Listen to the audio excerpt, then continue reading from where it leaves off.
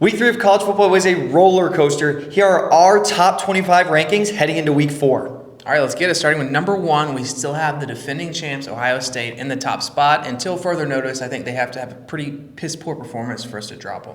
Yeah, they have a win over the number 1 team in the country at the time, and they have looked nothing but dominant since then. There's no reason that they should budge, and they're 1 in the AP poll as they should be. At number 2, we have the Miami Hurricanes. I believe we're sitting at number 4 in the AP poll. The biggest concern for this team coming into the season, I believe, was their defense. And that defense held Notre Dame to 24 points. And Notre Dame, we saw last week, they put up 40 against Texas A&M. So I feel like they're a pretty solid team, a lot better than most people expected. Yeah, I think a big key thing for our poll together is that we're really basing our rankings on performance this season so far and what you have done, along with what the preseason view of you was, but a lot of what you have done. And Miami's beaten 2 ranked teams through 3 weeks. They smoked USF last week, and they beat Notre Dame in week 1. And I think they deserve to be number 2 here. And I said it preseason. Everybody gave me shit for it, and I'm going to keep saying it. Carson Beck is my Heisman pick. He was my Heisman pick preseason. He's going to be in New York at the end of this year if his team keeps up. And they have a veteran quarterback and a solid defense, and that's what you need in college football in order to compete.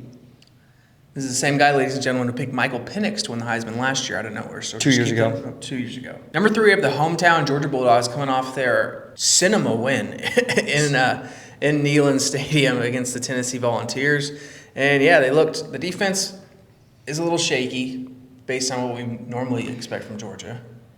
Yeah, I actually really like our defense. I think I have a lot to say. I could go on about that game for about 30 minutes, but I think our defense has a very young energy to it and a very explosive energy to it, something I haven't seen since 2022, honestly. I really like what the defense has shown so far. Obviously gave up 40 points or however many points, 41 points against Tennessee, which is not ideal, but we got taken over the top 4 times. Joey Aguilar threw bad balls. I'll say it now. Joey Aguilar threw 3 bad deep balls that Chris Braswell just went up and was an athlete and took right out of a DB's hands. So I think that we gave up 41. It's going to get better. I don't think we'll give up that many points again this season. On the road, Gunnar Stockton, first road start, came in, gutsy win. One of the best wins I've watched as a Georgia fan in a very long time. One of the best. One of the luckiest wins, too. One of the luckier wins, but it still took guts to do what they did, and we'll take a little bit of luck. Bobby Jones says if you'd rather be lucky than good. Yeah. I was impressed by Gunnar. I didn't think he was capable of throwing the ball further than 7 yards downfield, so I'll give it to him. He took a couple shots. Number 4, we have LSU, a team coming off of what everyone thought was a huge Week 1 win against Clemson, and maybe pump the brakes a little bit. Maybe Clemson's not that good. I would like to see them play a little bit faster on offense. I think they're playing too much ball control game and not enough aggression, but that might just be me. They're a really good squad. Don't have much faith in Brian Kelly. What say you? Garrett Nussmeier has not been what we thought he was going to be. I think a lot of people had him kind of cinched as a Heisman finalist lock, and he has just not been what we thought he was going to be. The defense has looked good. Forced 5 picks against Florida, held Clemson to 14 points, I think. So the defense has looked very good. The offense has been suspect, as you said, playing a little slower than many would have thought they were playing. The Clemson win does not look nearly as good. I think that win only holds as much value because of where it was. Regardless of how good that team is, the fake Death Valley is still very difficult to play in. And so LSU holds true at 4 here. They're 3 in the AP poll, but I'm not in love with them being behind Georgia. But I understand it, valuing the win over the number 4 team in the first week of the season. Number 5, we have Penn State, who the AP poll has at number 2. I think we would both agree that on paper they're probably in the top 3 talent-wise in the college football, but they haven't had the opportunity to show it. I mean, they have 3 games against nobodies. One of them was pretty close for a game against a borderline FCS school. So, yeah, Penn State has been. The AP poll doesn't make a lot of sense to me. I get why they're 2 from a narrative perspective, but if you just take resumes, they're barely a top 10 team if you're looking at resumes. Obviously the AP poll values preseason polls and kind of who you are. They haven't even gotten into Big Ten play yet, so we can't really say anything about them. I can say Georgia, LSU, Miami, and Ohio State have proven to me that they can beat top talent, top tier teams. Penn State hasn't done that yet, so that's why they sit there at 5. This also applies to our number 6 team, Oregon, who you'll get to see take on Penn State next week. But yeah, Oregon don't have crazy strength of schedule at all. Haven't played anybody, so they're sitting right here at 6. They have the roster, they have the coach. We just have to see it on the field once they get a solid opponent. Yeah, I really like them from a blueprint standpoint. I really like what they have. Again, they played Oklahoma State, which is basically an FCS team at this point, and blew them out of the water. Very, very similar to Penn State, as you said, just unproven. First challenge is going to be each other here in a week. So very interested to see the outcome of that game. It's going to tell us a lot about both teams. Yep. Number 7, we have FSU coming off of that horrendous 2024 season. And that week 1 win against Alabama is starting to look better and better. Alabama coming off of that big win against Wisconsin. So, yeah, what say you? Florida State, I mean, there's not a ton to say about them. They knocked off Alabama in the first week of the season, which is no easy task. And that's kind of where they sit where they are. They had a bye week. So they kind of just sat and watched football this past weekend, which was good for them. They probably needed it after just kind of a mind-melting first couple weeks of the season, going from a 2-10 season last year to being unranked to beating a top 10 team in week 1, then beating another team, then all of a sudden vaulting into the top 10 of the AP poll. We have them in the same spot at number 7. So it's kind of a lot for this team to take on. I know they believe that they have the capabilities, but seeing it come to fruition this early is probably a little bit jarring for the team. So this week break is definitely going to be beneficial for them. Yeah, number 8, we have A&M, a team that a lot of people had unranked prior to their big win against Notre Dame. Yeah, the defense, a little suspect against giving up 40 points to the Notre Dame squad, but offense looked pretty solid, and they are still an SEC school at the end of the day. So, yeah, maybe I'm just kind of in my own ballpark here, but if you win a shootout like that in like a crazy game like that, like the Georgia game or the Texas A&M game, it doesn't really concern me about the defense. Like, I know they gave up a lot of points, but I'm more focused on the offense in those games and like the ability to continue to create and make plays and adjust to what the defense is giving you through the game. So although the defense hasn't looked great this season, now Texas A&M is one where the defense doesn't look great. That was just a general point, but they gave up 24 to UTSA or UTEP in week 1, which I did not love. 22 to Utah State, I believe, too. So they're giving up points. They're relying on scoring. They're going to have to outscore you by a lot if they're going to win games. But, I mean, going to South Bend is no easy task. And walking in there and getting a win is something not a lot of teams can say they've done. Georgia can. But Texas A&M, very good week, very impressive. And they're number 8 in our poll. Number 9, we have Oklahoma, who we'll learn a lot more about after they play Auburn this week. But they have a pretty solid win against Michigan so far this season. And, yeah, John Mateer leads the SEC in passing yards so far. So they look pretty solid. We'll see if they're a legit contender moving forward. But right now we have them ranked at number 9. Yeah, John Mateer has proved to be the acquisition of the offseason so far. He's the Heisman frontrunner right now. He has looked calm, poised, controlled. It's really, as of now, the blueprint in college football is build your roster and then go sign a veteran quarterback. Like, go grab one out of the portal. It's not really build your own. If you look at every single team other than Georgia, I guess Georgia, LSU, and Penn State haven't done this, but all these teams have transfer quarterbacks that a lot of good. Alabama, Ohio State, or I don't know about Ohio State, but Miami. Ohio State does, Miami does, Florida State does, Oklahoma does. A bunch of these teams just get veteran transfers. Tennessee does. Just get a veteran transfer in there, a veteran quarterback, and let him lead your team. It's kind of been the blueprint for success in college football the last few years. But Oklahoma, number 9, acquisition of the offseason. They have looked very good, and I'm excited to watch this Auburn game this week. Yeah.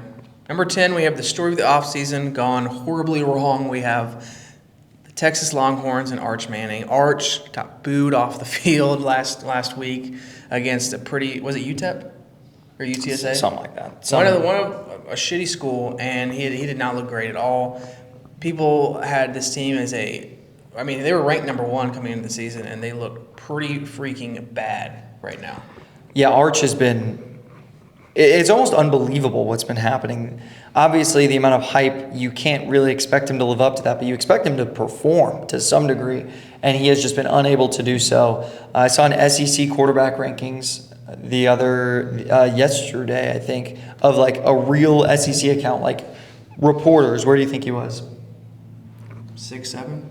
16. Damn. Dead last. But it's real. Like, it's not even like a narrative thing. Like, he's been terrible. He has been a bad quarterback throughout this entire season so far. And it's just going to be time. The mechanics are off. That's the biggest problem. Like, he's mentally just not there, and you can see something's changed, and it is just a whole plethora of problems for Texas right now. They have the roster to stay afloat, but he's going to need to step up if they're going to win some big games, i.e. the Red River rivalry against Oklahoma, or walking into Athens in November. Yeah. Number 11, we have Iowa State, a team that has a pretty solid strength of schedule. They're going into their bye week 4-0. They had their biggest win was probably week 0 against Kansas State, who a lot of people had winning the Big 12. I think you did. Or no, Joe Klatt. Joe Klatt had them winning the Big 10 or Big 12. So a lot of people had them winning the Big 12. Yeah, they sit at number 11 in our poll. Yeah, I mean, this is just we're kind of getting to a range of where you don't have, well, some of these teams do, but you don't really necessarily have a key victory, but you've done enough to earn your spot here, and if you do get a key victory, you have room to jump. Iowa State's one of those teams, got a win against Kansas State in week 1 and just kind of have handled business since then. Yeah, speaking of key wins, number 12, Georgia Tech, coming off their massive win against Clemson. And, yeah, they just need to show they can be consistent and not play down to their competition when they're playing worse or less talented opponents.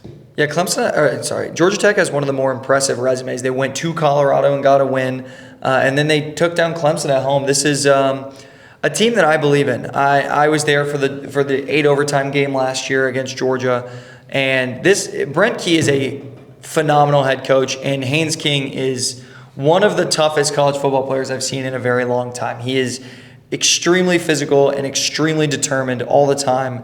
He has proved a lot of people wrong, and I really like what they've done.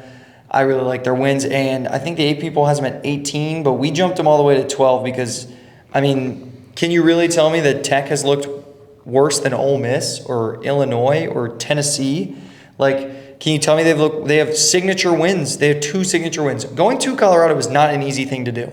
So they're standing at number 12 for us, and look for them to sit here for a minute because I don't think they have a ton of challenges coming up on their schedule. Yeah, number 13, we have my preseason pick to win the Big 12, Utah, the Utes. And like I said earlier, when we first made our preseason picks, the quarterback has turned out to be pretty good and started to spark that offense. They're averaging 517 yards per game. They have the second best third down conversion rate of any team in the FBS right now.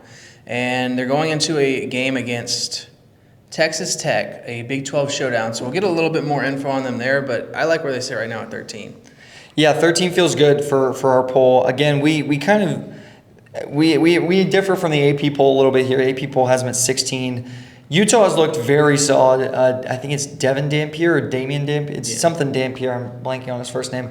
Has looked very solid. As we said in the preseason, this team has the best tackle duo in the country.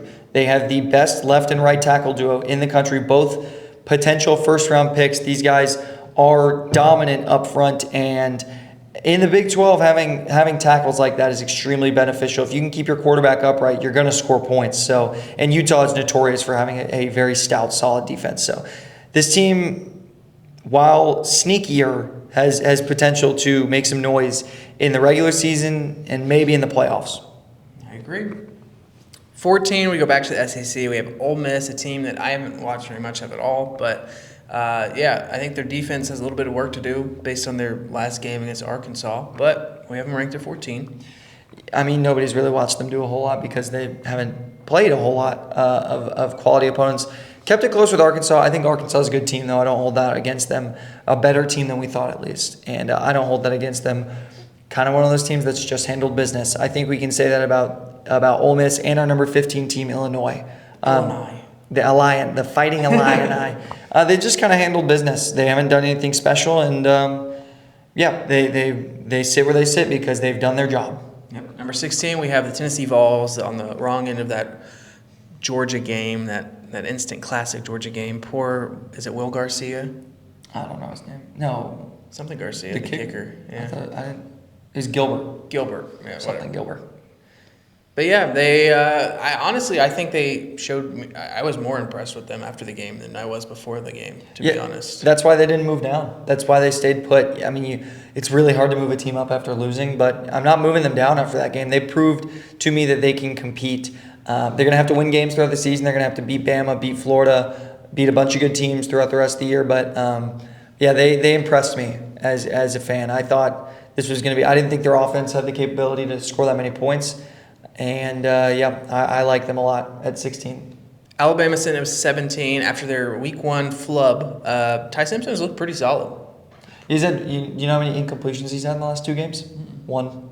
Dang. 1 incompletion in the last 2 games. So tough to argue with that. And went into Wisconsin, or went and played Wisconsin, handled their business. And that's just kind of the motto of these teams, 11 through 20, I think, is just kind of do your job, handle business. Except for number 18, Vanderbilt, who did have a statement win as they went into Bryce Williams Stadium at South Carolina and got a dominant win, 31-7 over a top 15 opponent. And 2 years in a row. 2 years, did they beat them last year? Alabama, top 15. 2 years in a row getting a top 15 win, yeah. And Vanderbilt has looked good. They have not only handled their business, but exceeded expectations. What do we say? You get a veteran quarterback to transfer in, and your team automatically becomes not necessarily a contender, but automatically becomes a threat to every team. So they still had Pavia. They do. He's a vet. He's a 6th-year quarterback. He didn't transfer, did he? He transferred last year. Oh. Veteran quarterback, just keep doing what you're doing, Vandy, and you got Bama coming up in a couple weeks, and I think you might have a target on your back for that one, but I'm very excited to see that game too. Number 19, we have Auburn, a team who their win against Baylor in week 1 keeps looking better and better as Baylor improves, and we'll know a lot more about them after this week when they travel to take on Oklahoma, but right now we have them sitting at 19. I can see them easily jumping probably 5, 6, or 7 spots next week if they get a win in Oklahoma. Yeah, if they win, it would vault them, obviously. This was going back a couple years. I said when this class came in, I think this was 3 years ago, I said, not this year, not next year, but the following year they will be an SEC championship contender. And that year is now this year. And I don't know if they're necessarily an SEC championship contender, but beat Oklahoma and you surely put yourself in the running. So, it's going to be a very fun season for them. They got Georgia at home this year, which is big advantage for them. So I'm excited to see what they can do. Missouri sits at number 20. I have a lot of question marks for this team. They played Kansas, but we're really not sure how good Kansas actually is. So they have a SEC matchup this weekend against a South Carolina team that may be missing Lenore Sellers. We'll see. But, yeah, that's where they sit right now. Yeah, Bo Perbula's looked really good. Starting quarterback has looked very, very solid. They had a 3-way quarterback battle up until 2 days before the season started, and they clearly picked the right quarterback. He has been very, very good for them this season and, handling business. Yeah, moving back to the Big 12, Texas Tech is number 21. This team has the easiest strength of schedule in the entire FBS, but they are ranked 2nd in the country in game control, ball control. So they are doing what they're supposed to do right now. And we'll see how they fare as they face tougher opponents, starting with Utah this week. Yeah, they're taking the spend money, win games theory very, very seriously. And, they spend good money on good players, and they're going to win games. So they are definitely going to be a contender in the Big 12 to win that title. I think them and Utah are probably going to be clashing for it this week. And I would expect the winner of that game to be in the championship game. Yep. Michigan sits at number 22. They have 1 loss against Oklahoma right now. Oklahoma looks pretty solid, so they fall down to 22. I'm not sure who they played last weekend. Are you? Nobody. Yeah, nobody. So, yeah, they don't really have a big statement win yet, but they're still a Big Ten force as of right now. Yeah, I don't think they deserve to be penalized for losing at Oklahoma to a top 10 team. So they're good. They're solid enough. Bryce Underwood has looked hit or miss. He's improving, and that's all you can ask for from a freshman. And honestly, Michigan's only goal, improve enough to be good by that last game of the season. That's pretty much all they're hoping he can be. Yep. USC comes in at number 23. As always, their offense looks great, looks like a juggernaut. But this year, it looks like the defense may have taken a little step forward. We'll see as the opponents get tougher, like I said earlier. But they look like a solid squad for the first time. I mean, the offense is always good, but the defense has some hope for USC fans for the first time in a while. Yeah, the defense looks good. They what do you know? They grab a transfer quarterback, a third-year transfer quarterback, and they're going to be solid. It's literally just the way it goes in college football right now. I'm going to keep harping on it, but I really like them. I'm never going to doubt a Lincoln Riley offense. I'm going to doubt the defense until they prove me otherwise. But they have Michigan State this week, which should be fun, and their first true test. So we'll see how they fare there. Yep. Number 24, we have Indiana, a team that has been pretty dominant, all but facing pretty bad opponents. But their run game is solid. If they beat who is it? Illinois. Yeah, Illinois. If they beat Illinois this week, they will most likely jump into the top 15. Right now, they sit at 24 because they haven't played anybody yet. Yep, and I don't really have a ton to add about Indiana. They're just a pretty bland team as of now, but beat a top 9 team in the AP poll, but a top 15 team in our poll this week, and get ready to jump. Yep. Our last team, we have our first winless team ever in our poll. I wanted to pull them out really bad. I wanted to, but I mean, their only 2 losses are to the number 2 team and the number 8 team in the country. And I know they're winless, but they looked good in both games. They lost by 1 possession in both games. So kind of like a certain NFL team that a lot of people are giving up on right now. Very similar, actually, yeah. But I'm not ready to totally give up on this yet, and I didn't really feel like any of the teams that were just out deserved to be in over them. So lose another game and you're gone, Notre Dame. But for now, you stay at 25. Yeah, I think Notre Dame. I have a very strong feeling they're going to run the table and go 10-2 by the end of the season. A lot of people have said similar things because their schedule is cake from here on out. So it wouldn't shock me, that's for sure. A couple of these teams do play each other this week, so let's talk about them and see how we think those games are going to go. Starting with the aforementioned Texas Tech at Utah matchup for the Big 12. Yeah, I really like Utah this year. As I mentioned earlier, unbelievable tackle play, and the quarterback has looked very good, Dan Pierre. I'm going to take Utah. It's at Utah, correct? I'm going to take the home team here and take Utah. As much as I like Texas Tech, and I think they're going to be solid through the season, I'm going to take Utah. I also take Utah. They're my preseason team, so I can't jump off the bandwagon. Now, our second matchup is Auburn at Oklahoma. And as much as I want to take Auburn here, I'm not picking against Oklahoma at home. It's very hard to pick the road team in SEC games to me, unless you're Georgia. And Oklahoma's looked dominant. John Mateer shows no signs of slowing down, but I do think this would be a good game. I think this would be a close game. I foresee like a 34-31 Oklahoma win. Yeah. As we mentioned before, John Mateer leads the SEC in passing yards. Auburn's starting cornerback, Jay Crawford, is doubtful to play. Don't like those odds. I'm rolling with Oklahoma. Next up, Michigan at Nebraska, a Big Ten matchup.